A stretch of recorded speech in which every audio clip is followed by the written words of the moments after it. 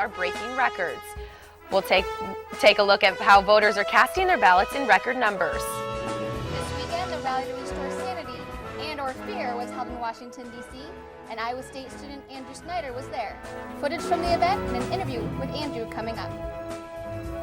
After the conference shuffle, Iowa State plays Nebraska for the last time this weekend, and doors will open for a Cyclone victory. Aaron Bauer takes a look at what we have to expect for Cyclone sports. All that and your local forecast for the rest of the week. Newswatch 18 starts now.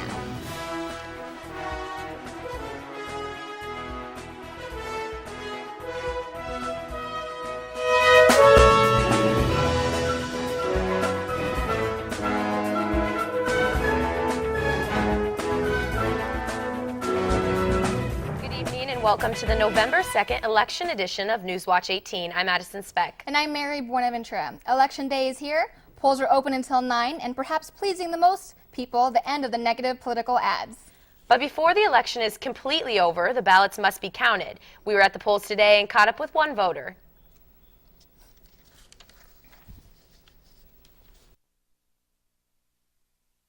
I care about who's running the state and the government and whatnot, and I want my opinion to be heard. Students should care about how things are run, even though that they're still in school and that their parents still might help them.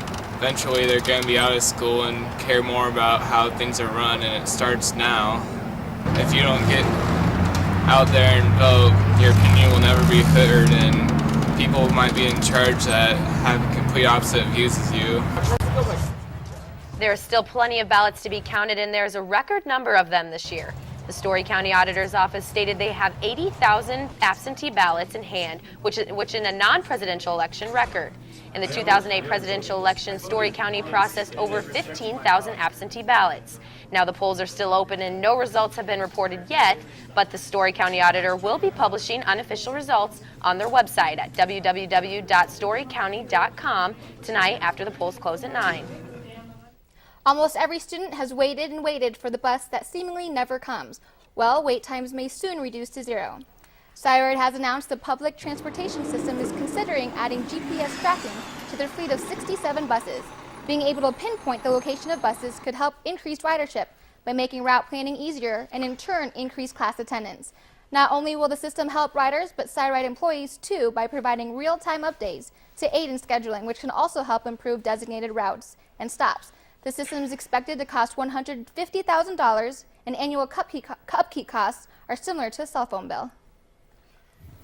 Well, what a beautiful start to November. Absolutely. I mean, we had a really beautiful October already as it was. We barely saw any rain, and now that trend just seems like it's continuing. So obviously it's a good night to go out there and vote still if you haven't gone out there and done that yet. Beautiful day today, without a doubt. But let's take a look at Day Planner first of all and get you set up for tonight. There will be some clouds moving in around midnight. Temperature will be about 42 degrees, so not too bad out there. And then tomorrow morning when you're getting up and going to class, 38 degrees, of course.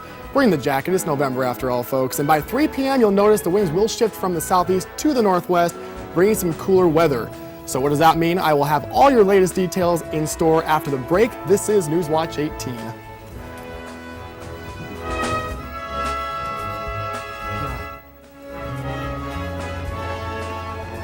Bill Hamilton needed temporary shelter when a fire destroyed his home. During an operation, Haley Reynolds needed a blood transfusion. Excuse me, may I go into that room, please?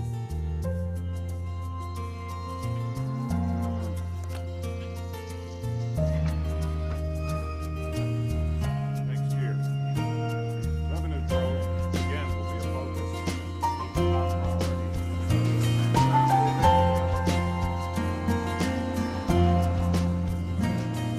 Thank you for giving me blood.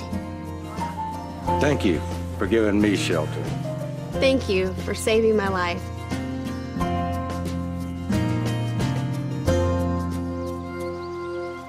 Support the Red Cross and change a life, starting with your own.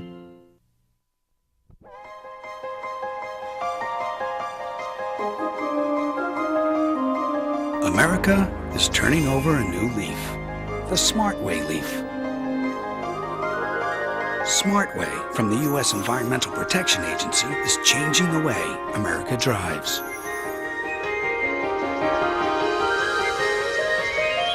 Look for the Smartway leaf to help you identify environmentally friendlier cars and trucks. Smartway certified cars and trucks are more fuel efficient, produce fewer greenhouse gases, and can save you money. And when you're helping the environment, it's a nice reflection on you. Smartway, because it's time America turned over a new leaf. Follow the leaf. Go to www.epa.gov/smartway. And welcome back to Newswatch 18, everybody. I hope you had a terrific Tuesday out there because it was an absolutely beautiful continuation of a start to the month of November. Out there right now, the sun is setting right now, so it's not sunny out there, but it is 54 degrees, a beautiful night ahead. So like I said earlier, get out there and vote if you haven't done it yet because it's a beautiful night to go for a walk and get that taken care of. 2.31 degrees, relative humidity 41%, and the winds are out of the southeast at 6 miles an hour. That will play a role in the weather in the upcoming few days as we are going to see a little bit of a cool down coming up tomorrow and into Thursday, but we'll get into that in a minute. Temperatures out there, 55 up at Fort Dodge, 55 in Carroll as well.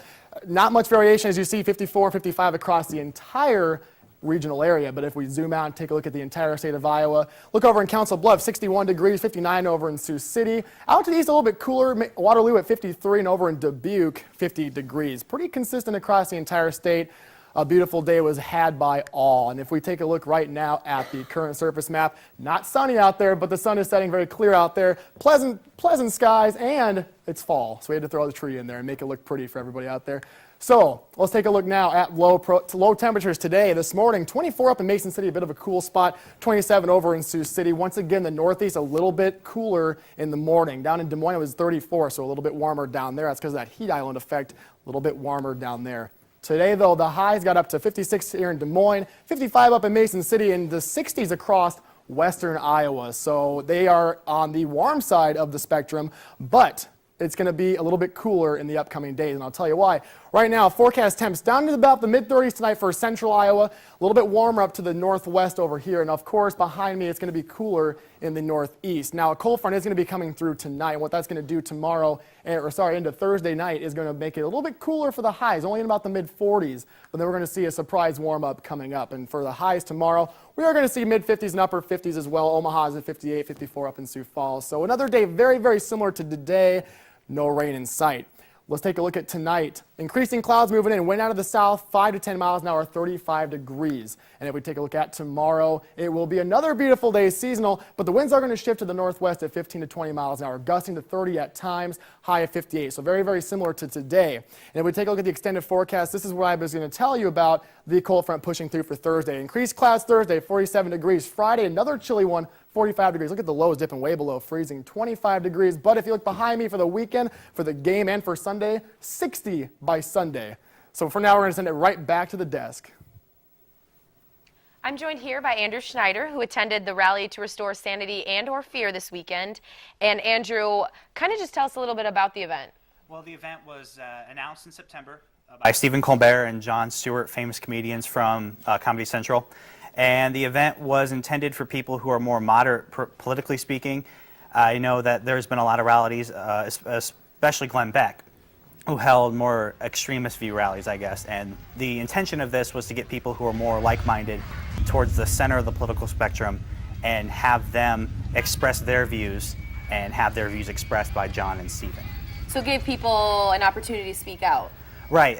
There's the opportunity to create signs. They had a website, saneornot.com, where you could vote on signs that were sane or not.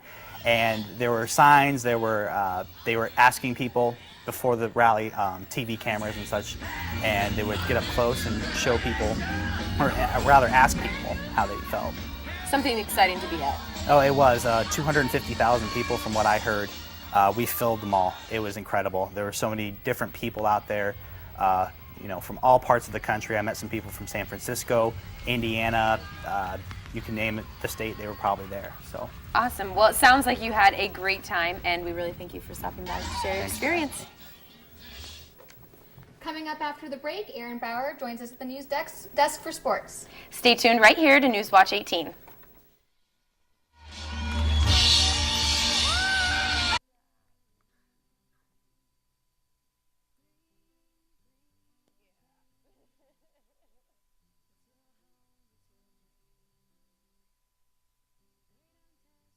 Keep it healthy and clean, make it green, green, green. Making it green is making sure the air in your home is healthy for your family to breathe. Make sure you test your home for the presence of radon. It's easy. To learn more, call 866-730-GREEN. Preserve your family's health and well-being. Get your home tested. Now that's living healthy and green. Green, green, green. It's your home, it's your dream. Radon testing, keep it healthy and clean. Make it green, green, green. To learn more, call 866-730-GREEN.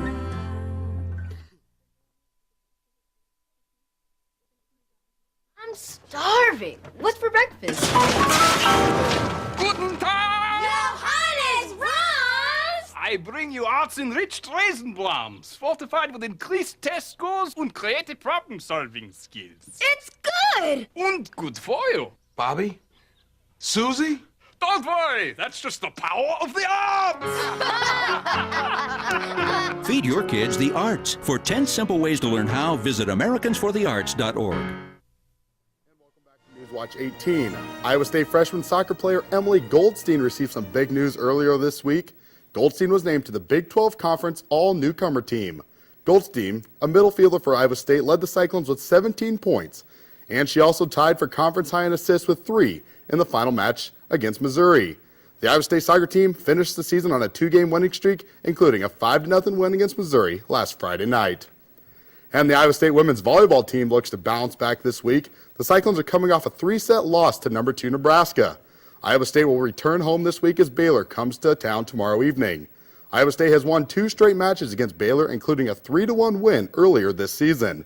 Also, this will be the Cyclones' last match at Ames High School as they return home to Hilton Coliseum Saturday. First serve for the Cyclones and Bears is scheduled for 7 p.m. The Cyclone football team will look for its 3rd straight win this weekend when number 9 Nebraska comes to town. This will be the final conference meeting against Nebraska as they join the Big Ten next season. Nebraska comes into the game Saturday with only 1 loss, but that 1 loss was to struggling Texas. And who cannot forget last year's Iowa State-Nebraska game? The Cyclones forced 8 turnovers and defeated Nebraska 9-7 for the first win in Lincoln since 1977. Kickoff is scheduled for 2 Thursday, Saturday afternoon, and will be televised regionally on ABC. Finally, the San Francisco Giants are the World Series champions. The Giants defeated Texas 3-1 behind 8 strong innings from Tim Lincecum. San Francisco won the series in 4 games for the first time since 1954, and Edgar Renteria was named Series MVP. That will do it for this today's edition of Newswatch 18, and we'll see you next Thursday.